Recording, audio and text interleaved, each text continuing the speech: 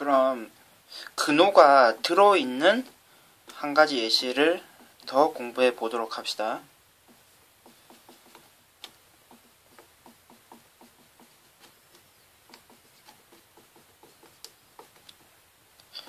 다음과 같이 식이 주어졌을 때 A와 B의 숫자를 한번 결정을 한번 해봅시다. 지금은 X에다 1을 대입하면 분모가 0이 되죠. 이 경우에도 분자가 0으로 수렴을 해야 2분의 1이라는 극한값으로 계산의 가능성이 열리는 거죠. 따라서 지금 분자에다가 1을 대입했을 때 이 값이 0이 되어야 되고요. 그럼 우리는 B 대신에 루트 1 플러스 A라는 식을 사용해도 괜찮겠네요. 따라서 그러면 X가 1로 갈 때 우리에게 주어진 식이요. 다음과 같이 B 대신에 1 플러스 A를 대입해도 괜찮아지죠. 그러면 지금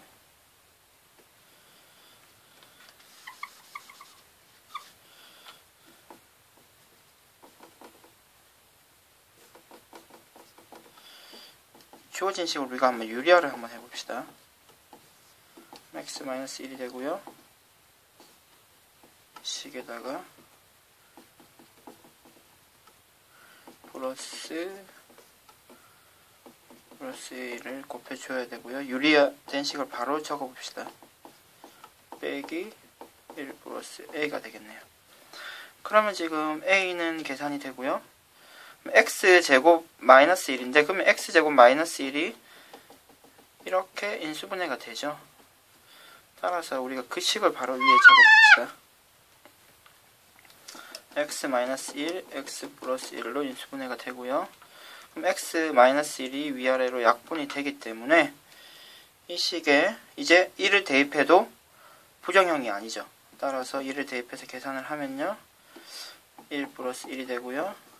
1 플러스 A 그리고 1 플러스 A 그러면은 2 나누기 2 루트 1 플러스 A가 되고요. 그러면은 약분을 해주고요. 이 식이 지금 주어진 값 2분의 1이 돼야 됩니다. 따라서 루트 1 플러스 A가 2가 돼야 되는 거고요. 1 플러스 A가 그러면 4가 돼야 되죠. 따라서 A는 3이 돼야 되겠네요. A가 3이고요. 그럼 A에 3을 대입하면은 B가 2라는 사실을 확인할 수 있겠습니다.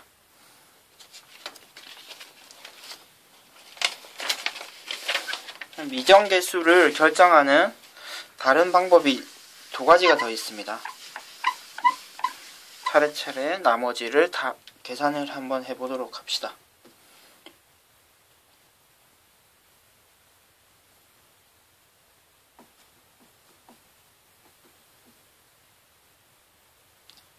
그러면 성질을 확인하기 전에 우리가 다음 식을 한번 계산을 한번 해보도록 합시다.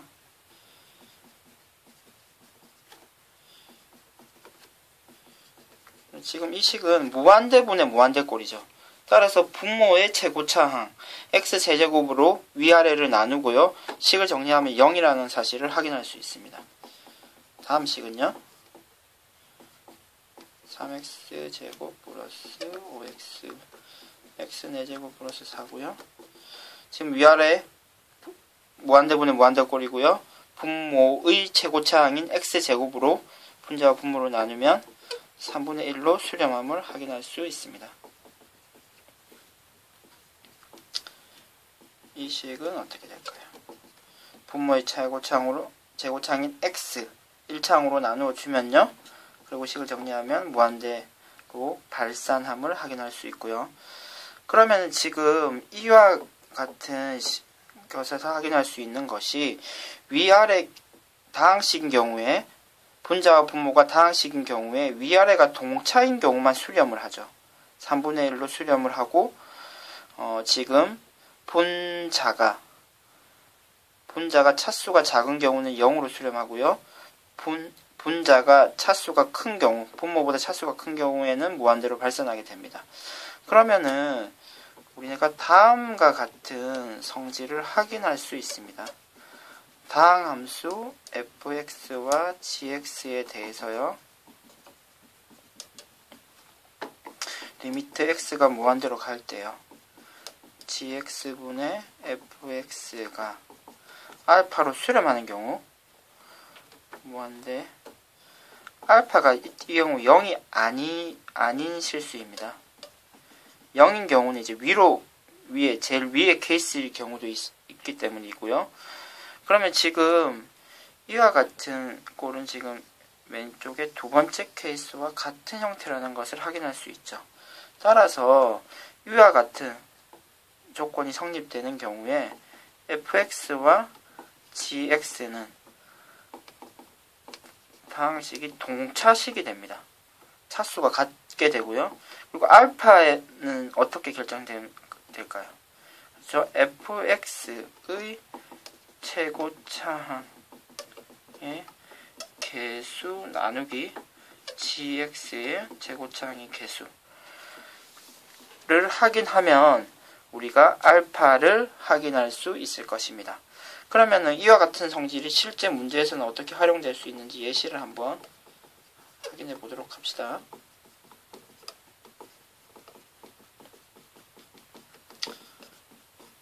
이 경우에 A는 어떻게 될까요? 그렇죠. 위아래, 지금 4가 0이 아니기 때문에, X제곱, 위아래가 동차가 돼야 되겠죠. 따라서 A는 0이 돼서 X제곱항은 없어져야 될 것 같습니다. 그리고 계산한 X 1차항의 개수를 계산한 3분의 B가 4가 돼야 되는 거죠. 따라서 B는요, 12가 돼야 될 것 같습니다. 마지막으로 한 가지 성질을 더 공부해 보도록 합시다.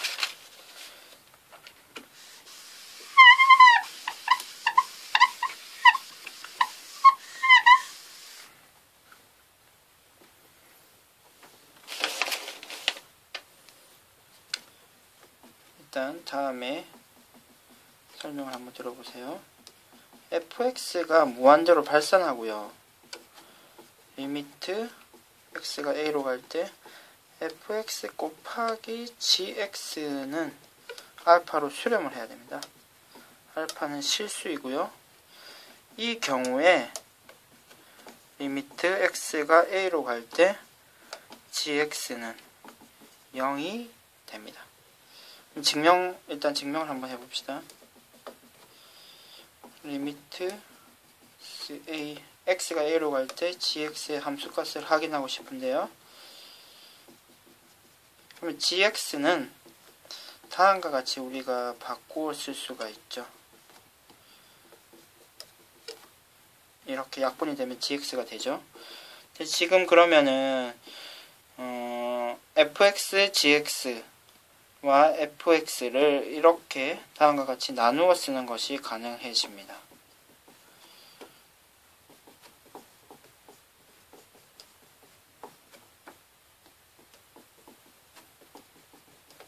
그러면 이 값은 알파로 수렴을 하고요. 지금 fx가 무한대로 발산하기 때문에 fx분의 1은 0으로 su렴하게 되죠. 따라서 0이 되겠네요. 계산한 값은요.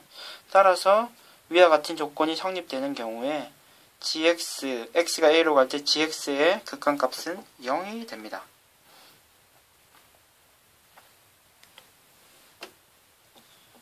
그러면 우리가 예시 문제를 통해서 이와 같은 성질이 어떻게 활용되는지 확인해 보도록 합시다. 두 함수 fx와 gx가 있는데요. 이때 x가 1로 갈 때 fx의 값이 무한대로 발산하고요. x가 1로 갈 때 fx, gx는 3이 됩니다. 이 경우에 리미트 x가 1로 갈 때 fx분의 gx의 값은 얼마가 되는지 계산을 한번 해봅시다.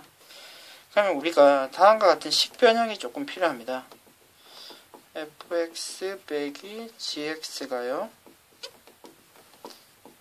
다음과 같이 바뀔 수 있죠. fx로 묶어내면 1 빼기 fx분의 gx로 바뀌고요. 이 값이 지금 3으로 주어졌습니다. 근데 지금 fx, 리미트 x가 1로 갈 때 fx는 발산을 하죠. 발산하기 때문에 그러면은 발산하는 것과 어떤 게 곱해졌는데 수렴을 하기 위해서는 부정형이 되어야 되고 이 값이 0이 되어야 됨을 확인할 수 있습니다. 그러면은 1 빼기 fx분의 gx가 0이 되기 위해서는 리미트 x가 1로 갈 때 fx분의 gx의 극한값은 1이 되어야 되겠죠. 1이 되어야 이 값이 0이 되고 부정형이 돼서 3으로 계산이 가능하게 되는 겁니다. 이상 미정계수를 결정하는 4가지 케이스를 확인했고요. 여러분들 그 내용을 잘 확인을 해서 여러가지 문제에 직접 적용을 한번 해보도록 합시다. 이상 수업을 마치도록 하겠습니다.